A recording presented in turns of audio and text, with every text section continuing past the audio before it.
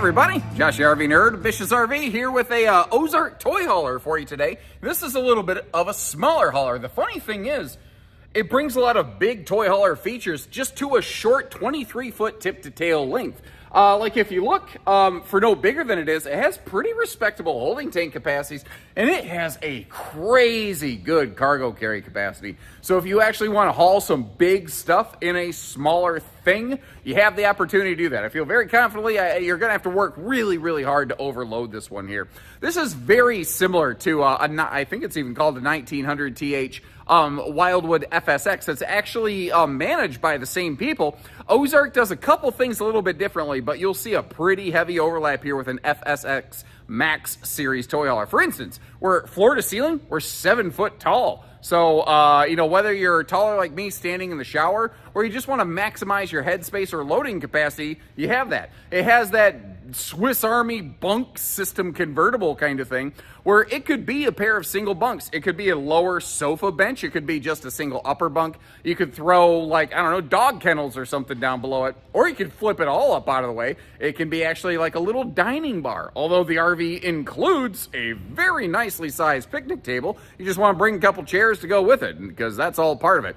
They put the biggest awning on this one they could, and one of the key differences I noticed on this versus the Salem Wildwood sister is that this one actually has some variety of outside storage. Everything under the bed on this one is full storage, and the last time I looked at the FSX sister, it had no outside storage. 200 watts of factory solar, and today we're looking at the Ascent package, which is where the X in the model number comes from. So the 1900 THX means fiberglass skin. That's literally all Ascent is. I'm going to show you some ups, some downs, some in-betweens. Let me know what you think about it as we go. And like our video if you appreciate how we're sharing, you know, the candor and clarity through every one of these tours that we do.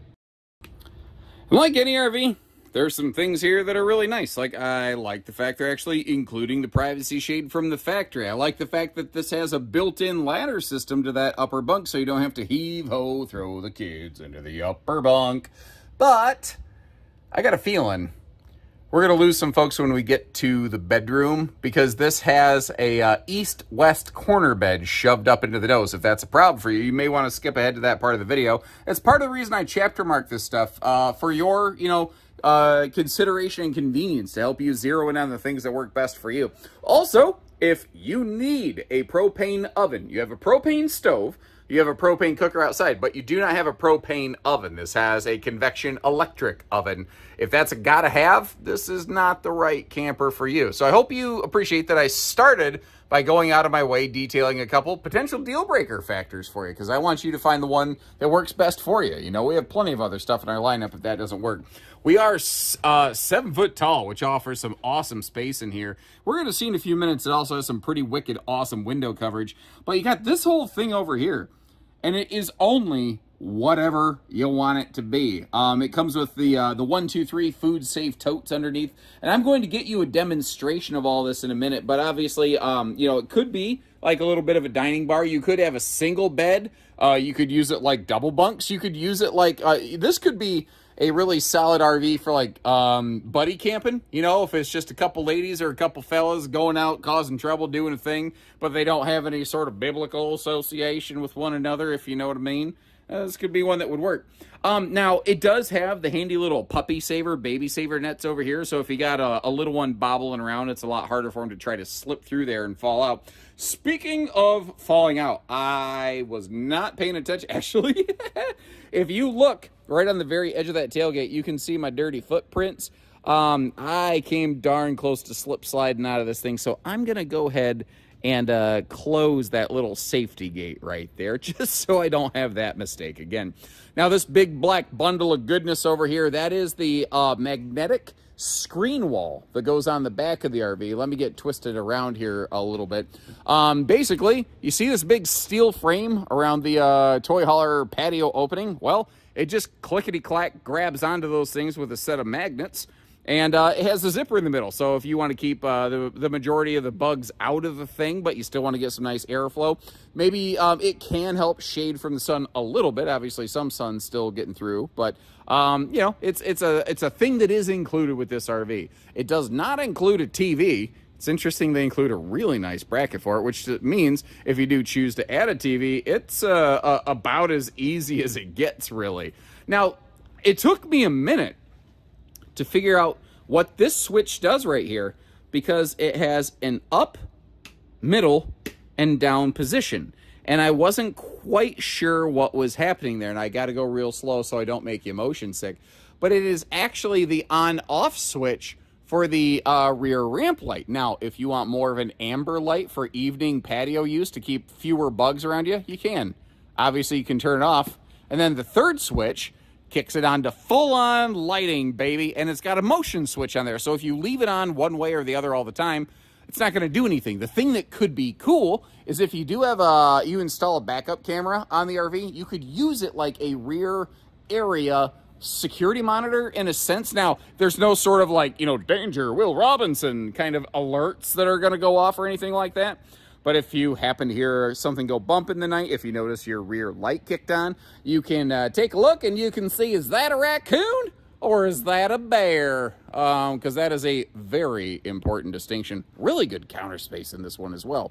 But taking a look over here, I actually had to tripod my camera twice here because I accidentally deleted a bunch of footage, so it's going to jump at some point. But the fact is, you can do whatever you want with this. Now, before you ask, yes, it does include 2 bunk mattresses. For ease and simplicity of setup, I put one out of the way and move the other around. But it comes with bunk mattresses for top and bottom.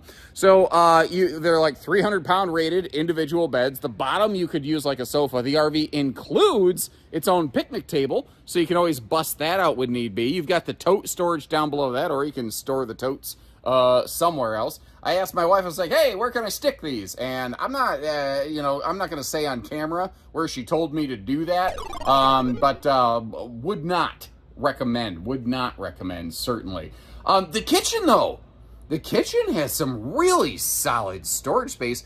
One knock against the kitchen, it doesn't have a wastebasket space. And I know I harp on that a lot in my videos, but that's a handy thing. That's something that people are going to use every time they go camping, more than likely, a wastebasket. So when an RV doesn't have one, it's something that I key into, because I know that when I go camping, I certainly have things that need to go in the trash, because I'm not one of these people that throws their garbage in the burn pit and then leaves it for the next person.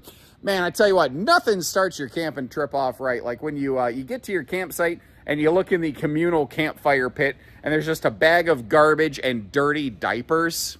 Anybody else have that awesome experience? I know I have. Again, 1 star. Would not recommend.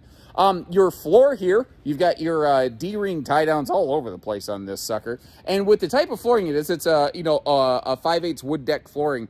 Like if you wanted to install like a removable wheel chuck or something like that, I don't see why it'd be too hard to do it. And in case you're curious, these little black panels in the bottom corners here, those are 2-way air vents. So if you're loading something in this that has a combustion engine and it starts stinking up the place like Uncle Gary, you can air that out a little bit while you are on the road. It is also nice that they centralize the air.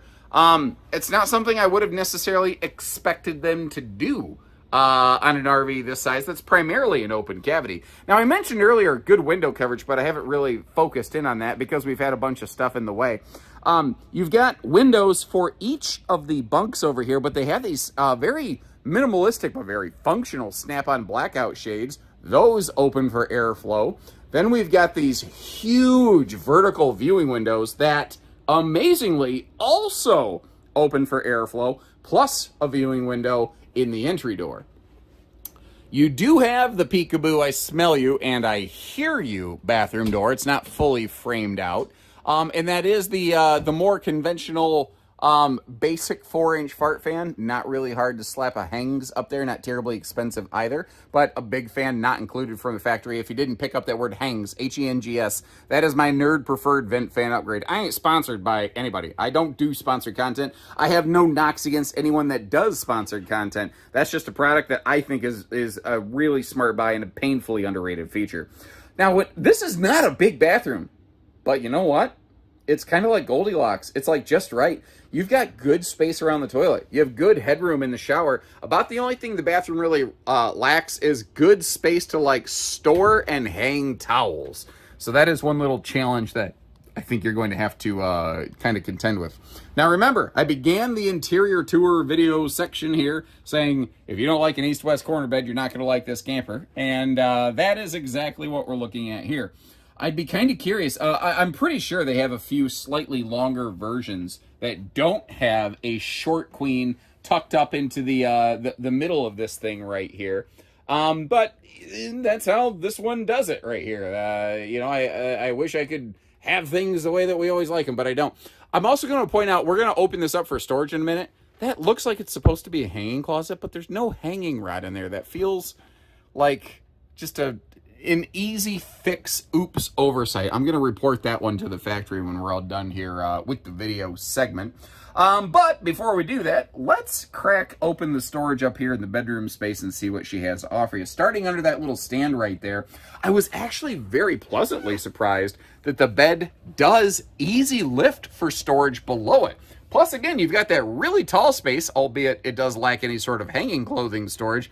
I'm pretty sure that something could be done to kind of finagle that, but from the factory, it's not there. Big cabinets over the bed too, but you may notice no overhead strut to hold those open. And with this being a taller variety of RV, unless you're taller like me, you're going to have to kind of be crawling and standing on the bed to sort of manipulate some of that stuff. The other thing here is when it comes to road mode, with this one having no slides, it's whatever you want it. If you want to use it like a toy hauler, these things obviously fold up against the wall. If you want to use it like just an alternative bunkhouse or just a solo or couples camper, you can just leave it set however you need or adjust it once you get there. All right, so once again, giving you another look at the weights and the measures here. You folks have mentioned that you like seeing those a couple times, so I figured this is a good opportunity to circle back on that. Tip to tail, I would say tongue to bumper, but it doesn't technically have a rear bumper, just over 23 feet. But the thing, and you hear that, you're like, ooh, my half-ton will tow it all day long. But when you look at the GVW, the total weight, assuming max cargo, especially with the potential hitch weight that you could have on this, I don't know that I love the idea of half-ton towing this one. So as is always the case, use just a little bit of common sense. And if you don't know what your vehicle can handle, call our team. We can help you navigate those waters to zero in on it a little bit. We want to make sure we're putting your safety before the sale here. So I don't want to presume anything. If anyone's not aware, that patio on the back, you fold the gate down basically, and it becomes a ramp to load stuff in. I was at an RV show recently and somebody asked me that, and I realized that sometimes when you're a little too close to these things every day, you start to just understand how they work and you presume that everyone else does around you because it's everyday rank and file details for me, but maybe not for you. So hey, there you go, helpful little bit of info there. I really do like all the window coverage though. You got the Sir Mix-a-Lot double up windows on the left side there for the potential bunk area. Then you've got two of these borderline floor to ceiling max view windows going on. I like all the coverage. Plus there's a window in the door, you know. They also did a pretty decent job on awning space. I'm not sure if there's an awning supplier that would make one slightly longer to just land in front of that window. I don't know. Sometimes it's funny. You think, well, why didn't they make the awning 2.5 inches longer? They don't order awnings by the inch. The awning suppliers make specific size awnings. You know, it's just kind of how it works there. Now, if you're going to be using that lower bunk thing as a potential sofa, you want to do some indoor dining, it comes with a big honking table. That is an easy, comfortable 4-adult table. You could get 6 adults around it, I do think.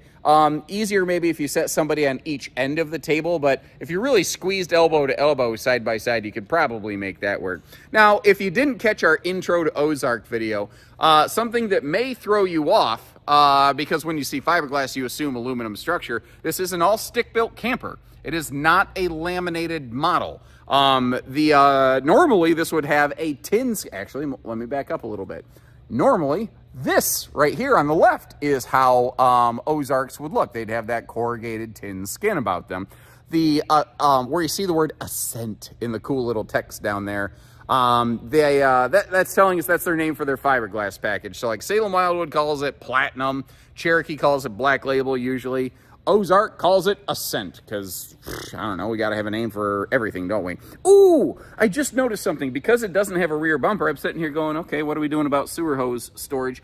It does come with a belly caddy tube down there, and you can see that you do have a Gas Grill Quick Connect sticking off the side right in front of those tires. I like how that Quick Connect, by the way, is up a little bit away from the tires, so you don't necessarily worry about, you know, throwing rocks or anything like that. This is pretty sure that's a wide body.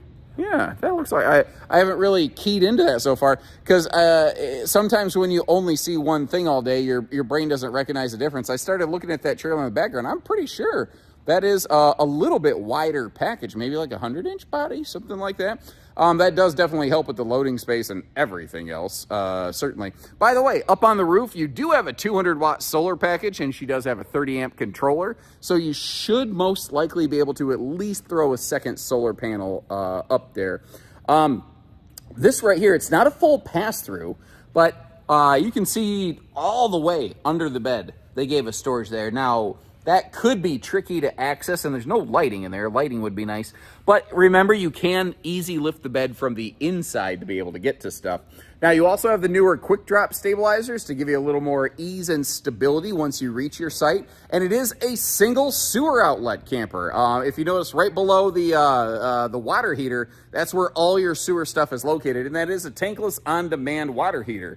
So essentially, as long as you got a little battery power to run the circuit board and you got propane, you got hot water, at least, I don't know, until you fill up your holding tank. So if you're boondocking, that'll certainly be a limiting factor. But if you're park camping, pretty much just good to go. One last little detail for you here. The underbelly of these, it is enclosed. It's not forced air heated, but they do have 12-volt tank heat pads standard on all of your holding tanks, which again, given the total size of the RV and the limited belly space they had to work with as a result, I think they did some pretty decent holding tank capacities overall. And I just noticed, I really look at the location of those taillights mounted up higher like that. People don't think about that, but that is actually a good towing safety feature because when you start seeing brake lights, your head snaps up to attention. It doesn't tend to look down toward the road when you're scanning around looking for potential problems and dangers. That is a $0 improvement for safety right there. So I like that.